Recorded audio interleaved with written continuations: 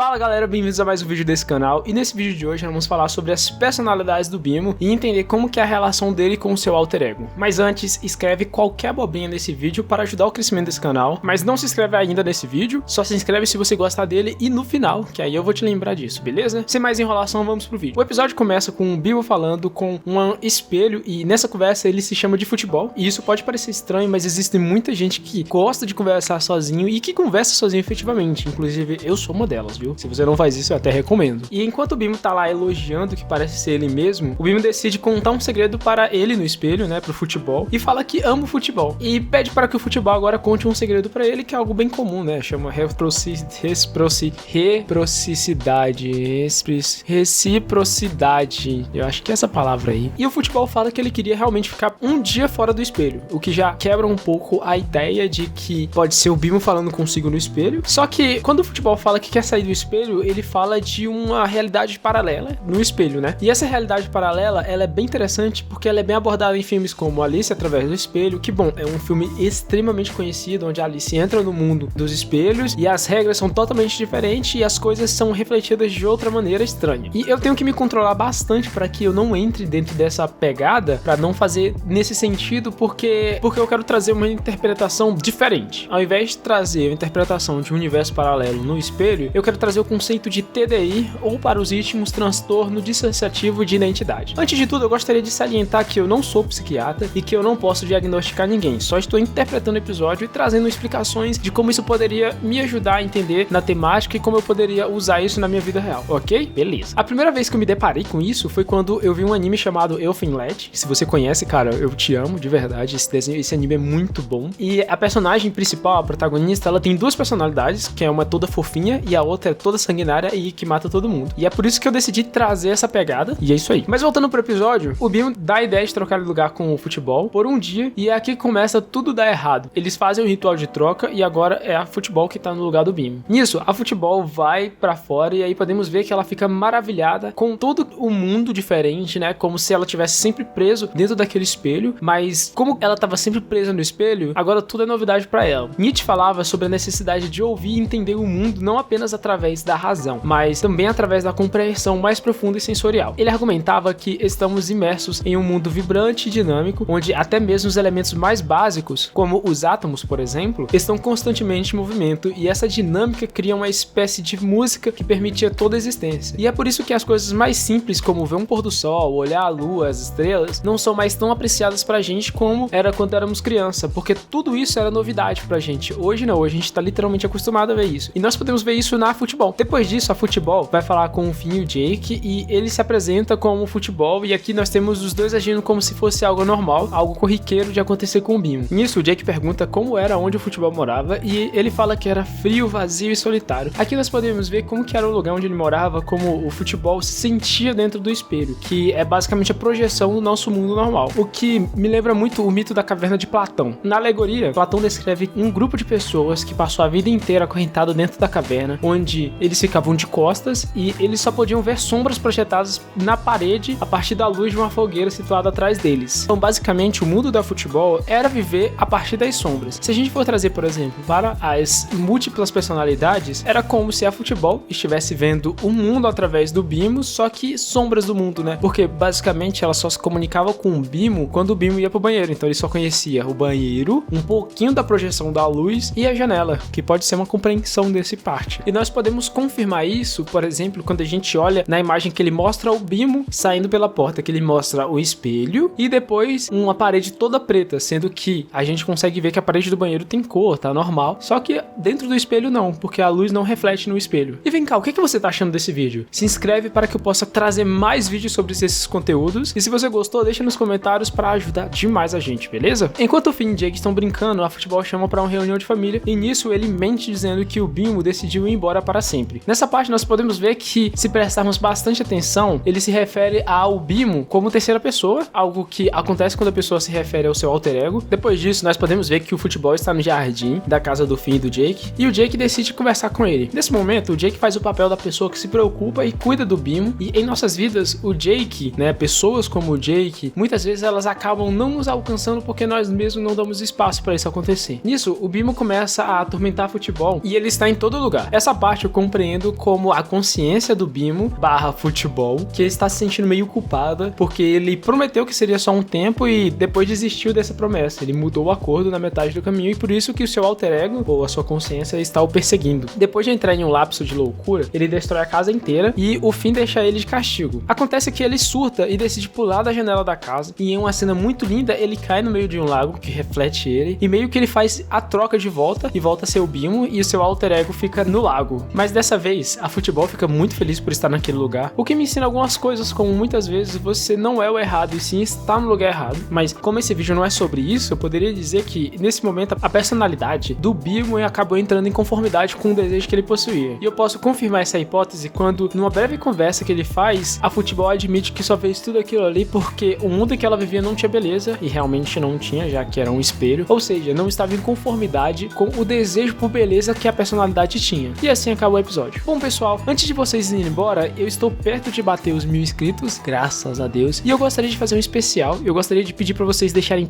aqui nos comentários, que aí eu vou responder elas no vídeo de 1000 inscritos. Se você gostou desse canal, se inscreve nele, por favor. Se você gostou mais ainda desse canal, considere entrar no nosso Telegram, porque lá nós temos muitas conversas e muitas dicas de livros e muitas coisas. Se você gostou mais ainda, se inscreve nesse canal e é isso, tamo junto, vamos lá, até mais.